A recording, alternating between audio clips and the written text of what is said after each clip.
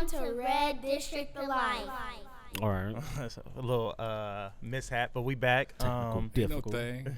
But as I was saying, man, most cats don't understand you're doing you're moving a 4-bedroom apartment building 4 times in one night with all that weight and all those records, and a lot of guys have overworked themselves by bringing too many damn records. Right. I personally counted it.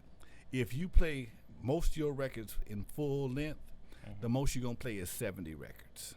Okay. The most And you're that's going to play. actually taking the record off Record and off. put on another record. In put on another record. rotation. Everything in rotation. If you stay in rotation, just do a rotation, you're going to play 70. You only got 5 hours.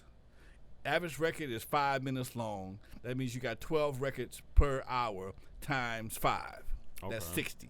And there wasn't like no blending or nothing back Back then there wasn't no blending. You know, what we were taught in broadcast school is no dead air. Dead air is silence. Right. As long as you didn't have no dead air, you was great. Good. And that's what I was known for. I was known for keeping the party rocking. I didn't have no dead air. I knew how to talk. I knew how to talk, when to shut the fuck up. So you was yelling over the mic like, "Yo, No, that's that's happy a birthday!" As a DJ or a host, you got to know when to gotta know shut up. the fuck up. You know what I'm saying, and when to say something. Right. And because I was so I've been trained to do this, okay? I had an edge on so many cats, and because I got a time edge, I was the first in a lot of areas. I got to say I was the first. I know my boy Edwin Voss from Music People, he was doing things. We didn't meet until the 80s. So you got cats on different parts of town, but I was busy as shit. I stayed. So was the Compton area primarily your area? Man, I was all over it because I didn't have no competition. I'd be in Hawaiian Gardens. I'd be doing luau's. I'd be down there doing them goddamn Russian shits. Motherfuckers dancing on their knees. Oh, no I'm shit. doing bar mitzvahs. I'm doing. You were saying yes to to everything. I was saying yes to the You was money. getting yes, that bag. sir. Yes, sir. I was saying yes to the money. What was that average pay for you back then when you were DJing the party? Back then, if I got 175, I thought I was doing big good. shit. Yeah. I was doing big shit. And how many but- parties you think you was rocking per week? Man, this is honest to God truth. My last job, I worked for a record distributor selling records over the phone. I worked 5 days a week. I brought home $162 a week. I would take that money, not in cash, but in records, okay? Because on the weekend, I'd work Friday after work. I'd work Saturday. Sometimes I work 2 times on Saturday. I may do a baby shower or a wedding reception, go home, wash my ass most of the time, and go straight to a party and be up to 2. You know, I'm 19, 20 years old. They don't need no Spending that sleep. time, You ain't need no sleep. You Yeah, can they go don't 24 need no hours sleep. swinging. Yeah, turn me on, let me go. You out there And swinging. a lot of times on Sunday, I'm doing a fashion show or some other a wedding reception or something like that. So for a while, man, I was knocking down $500-600 a week Right. DJing.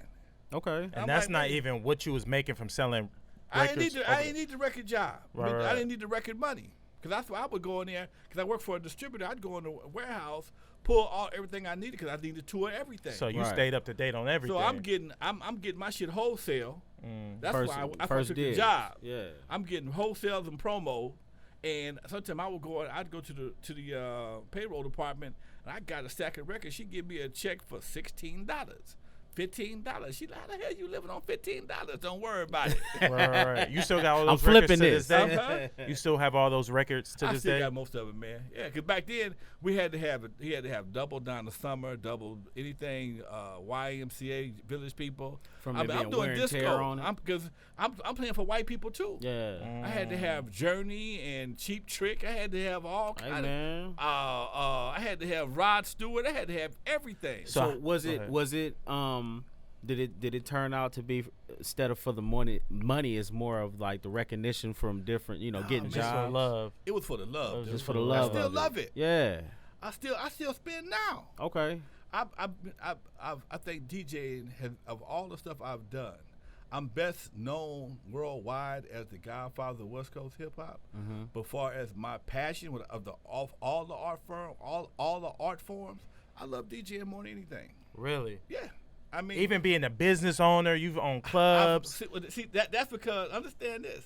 Because DJing allowed me to own the club. It took you some. I it's a was platform. the first motherfucker to have his own residency in his own club. Word. Think about that, okay? Your own residency.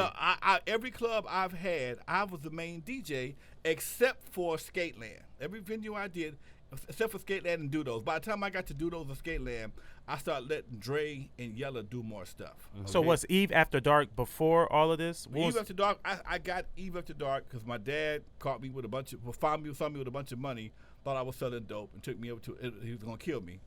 Because I lived in, everybody in my neighborhood sold dope. It was weed at the time. But did he not know you was DJing? He knew I was DJing, but he knew how I grew. The amount of money you were making. My old man, he loaned me the money to buy my first turntables. And I first got my first set of belt drive Sanyo turntables. Pops was an investor. Let me use his credit card. They were $65 a piece.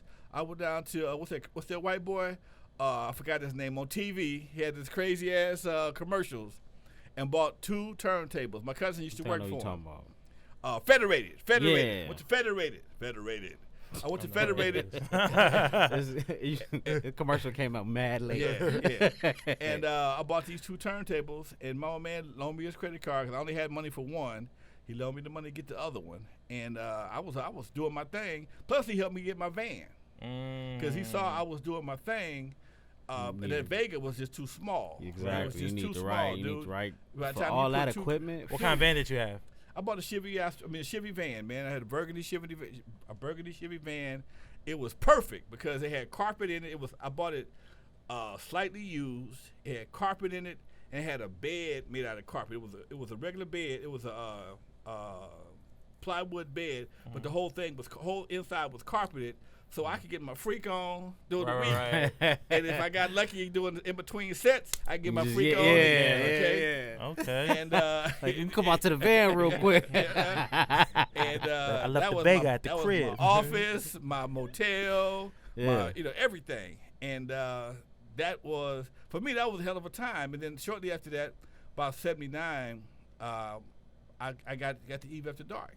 And I got the Eve After Dark because I was a DJ with a following. Me and Roger started off together at Alpine Village. But because I was the main DJ for Alpine Village, even for Uncle Jam's Army, before it was Uncle Jam's Army, they were Unique Dreams Entertainment. And me and Roger started that together, but I was the only one that had a sound system at that time. So I would do all the sounds for Alpine Village. And then Roger would come in around midnight and do his thing. We'd always fight over who's gonna play Flashlight. That was the hottest song of the time. Don't play Flashlight, man. Hey, fuck you, shit. DJ battles. That right there. So that's part of like the That's DJ part of battles. DJ battles, okay. Wait a minute. He will get mad at you if you played a certain record before he played it. But I heard that even nowadays I've heard that certain DJs, if they come in before the main DJ, that DJ isn't allowed to play certain records. Yeah, Right. That's how they try to cut them off. But at that time, I was the main DJ, okay? But he was the one giving the party. See, he was more like the promoter. He was a promoter, but he was also a DJ. But he knew I was better than him when it came to certain shit. So from 9 to 12, I got to keep these motherfuckers busy. Right. And I could do that, okay? Because I knew enough about reading crowds and understanding people's body language. And as a DJ, that's the key to keeping the party rocking, understanding people's body language. Everybody ain't gonna dance, but somebody gonna be snapping their fingers and talking. Yeah, what's that, nigga? Blah blah blah blah blah. And the girls gonna be doing their little things. So you watch them, and after a while, you build on that. Okay. Right. Most cats don't do that. They teach you. They don't teach you that in broadcast. That's just from experience. Right. So Keeping people engaged. Huh? Keeping people engaged. engaged. Okay. Even So when they not fully thinking, they still got they doing some other shit. Yeah, you still got them. When niggas is eating, you got to shit. Yeah, that's that makes sense. You got it, Chief. Yeah, and niggas still got it. You got a wedding reception. Yeah, nigga, all right. It's the right song. You know they tune in. So by the time they get through eating and belching and shit, you got them. Right. They ready to dance. But if niggas are doing this shit on their phones, and that's the part that the phones kill a party in a minute. Yes, sir. That's how a lot of parties look now. Is everybody be on their Everybody phone? on their phone. I mean, the DJ ain't really rocking it. Yeah. But you can't rock, and this, I'm finna break somebody's heart right now. You can't rock it with today's music, man. I'm sorry.